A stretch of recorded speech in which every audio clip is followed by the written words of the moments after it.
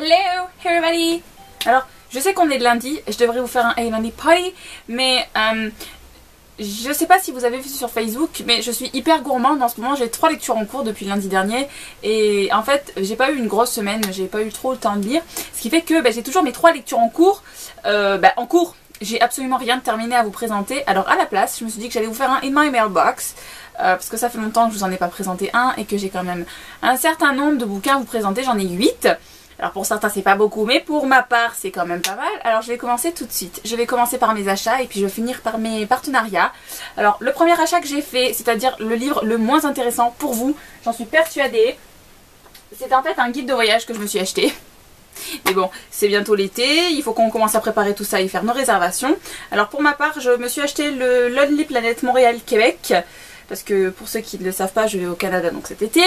Et c'est la première fois que je vois un guide Lonely Planet. Pour l'instant, quand je voyais les grands modèles, je vous avoue que ça m'intéressait pas. Ils me motivaient pas du tout ces guides-là, pour une raison assez indéterminée. Mais celui-ci, je sais pas, il est compact, c'est par quartier, ça vous met des suggestions, il y a des suggestions de restaurants, il y a au tout début des suggestions administratives pour savoir comment ça se passe pour aller à Montréal. Il y a la carte des transports, ce qui je trouve est super pratique, parce que c'est pas dans tous les guides qu'il y a la carte des métros. Et du coup, voilà, il y a 2 villes, il y a Montréal, Québec. Et c'est justement une version condensée en quelques jours, justement, pas les gros livres comme les guides du routard, vous savez, qui sont hyper épais et qui vous submergent d'informations et du coup vous savez plus où donner la tête. Là c'est petit, c'est condensé, du coup j'ai bien aimé. Je trouvais que c'était une bonne alternative. Voilà, c'était le seul livre random. Maintenant je vais vous passer à des romans, parce que je pense que c'est ce qui vous intéresse le plus. Alors, le premier livre que je vais vous présenter, je sais plus dans quel ordre j'ai acheté les bouquins, je dois vous avouer. Je me suis fait un petit craquage, je sais pas, ça m'a pris l'autre jour. Je voulais à tout prix m'acheter ce bouquin, et puis voilà, c'est chose faite. Je me suis pris Les Gardiens des Cités Perdues, le tome 1 par Shannon Messenger, édité chez Lumen. C'est mon premier livre des éditions Lumen, il me tentait beaucoup d'amour. Alors pour ceux que ça intéresse, il fait 15 €, hein. Et je trouve qu'il est pas cher, hein. En plus, c'est pas écrit hyper grand dedans, contrairement à d'autres maisons d'édition que je ne citerai pas. Enfin, il y a la collection R par exemple. Voilà, j'ai très hâte de me plonger dedans, je ne l'ai pas encore commencé. J'essaye pour l'instant de privilégier des livres qui sont dans ma palle depuis beaucoup plus longtemps. Mais voilà, j'ai hâte, j'en ai entendu énormément de bonnes choses et il faut se lancer pour savoir est-ce que c'est bien ou pas. Ensuite, deuxième livre que j'ai pris, encore un grand format, enfin, j'ai pas de poche à vous présenter en fait. J'ai fait du craquage. Je me suis pris une suite de séries que j'avais bien aimé. Je me suis pris le tome 2 du Noir et ma couleur par Olivier Gay, édité chez Rajo. Donc le tome 2 s'appelle La Menace, c'est bien ça.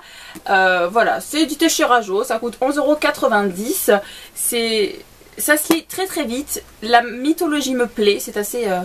différent de ce que je lis d'habitude dans du young adulte, c'est un auteur francophone, et voilà, je me plonge dedans. Et petit message, Hélène, si tu as envie de le lire, c'est quand tu veux, parce que j'ai hâte en fait de me faire ce tome 2. Et puis il faut dire, en fait, je m'étais jetée dessus, parce que c'était pile quand j'avais lu le 1, et qu'il était en occasion à Gilbert Joseph, je l'avais repéré, puis il était toujours là, alors c'était mon bébé. Voilà. Troisième livre que vous avez déjà vu sur la chaîne, vous l'avez déjà vu justement la semaine dernière dans mon Hey Lundi Party.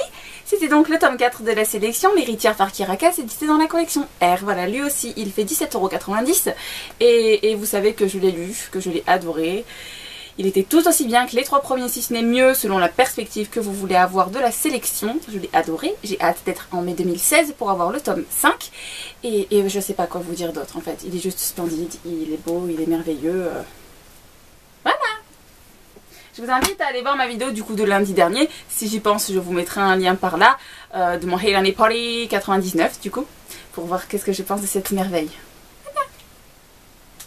Ensuite, le dernier livre que je me suis acheté, mais pas des moindres, parce que là aussi on est dans une auteure que j'adore beaucoup d'amour. On est sur le tome 1 de L'été où je suis devenue jolie par Jenny Han. Alors vous allez vous me dire, c'est quoi ce bordel? Tu l'as ce livre? Oui, je l'ai en poche. En fait, j'avais commencé cette série chez France Loisirs et ils ont sorti le 1 et le 2 mais ils n'ont jamais sorti le 3. Sauf que je suis tombée amoureuse de cette série, du coup il a fallu que je m'achète le 3 en grand format. Et c'est la seule série où pour l'instant j'ai racheté des tomes pour avoir une uniformisation sur les formats de bouquins. voyez, il est absolument magnifique. Et puis aussi, ce qui a fait que je me suis pressée de l'acheter, c'est que Juju, donc Justine de Fairy Neverland, Juju, elle est juste merveilleusement géniale parce que elle allait justement à la dédicace de Jenny Han et n'habitant pas en région parisienne, je lui ai demandé si c'était possible qu'elle me dédicace mon bouquin et elle a eu la gentillesse d'accepter. Donc en fait, j'ai mon livre, il est dédicacé par Jenny Han. Alors il y a juste écrit pour Virginie et c'est signé, mais Jenny Han a mis ses mains sur mon livre. Vous vous rendez compte comme je suis tarée là? C'est juste tellement bien, merveilleux, fabuleux. Voilà. Alors même si, comme d'habitude, j'ai commandé mon livre sur le même vendeur qui, à chaque fois à qui je commande mes livres sont abîmés à la clé. Alors je pense que cette fois-ci ce sera le dernier livre que je commanderai chez eux, par internet. J'essaierai de ne pas citer le nom de la boutique, mais ceux qui me connaissent savent de qui je parle. Mais je m'en fous, c'est Jenny Han, il est trop beau, il est merveilleux, il est magique, puis du coup il est dédicacé maintenant et j'en suis heureuse. Voilà! Donc c'était le dernier livre que j'avais à vous présenter parmi ceux que j'ai achetés. Je vais maintenant vous présenter les 3 petits partenariats que j'ai reçus à la maison. Alors tout d'abord, le premier livre que j'ai reçu, c'était une surprise parce que je ne l'ai absolument pas demandé. La maison d'édition ne me connaît pas, je ne connais pas la maison d'édition, donc c'est une agréable surprise. J'ai reçu ça vendredi. J'ai reçu Le Droit Chemin par Sacha Gelman, édité chez De Noël. Donc merci Célia pour l'envoi.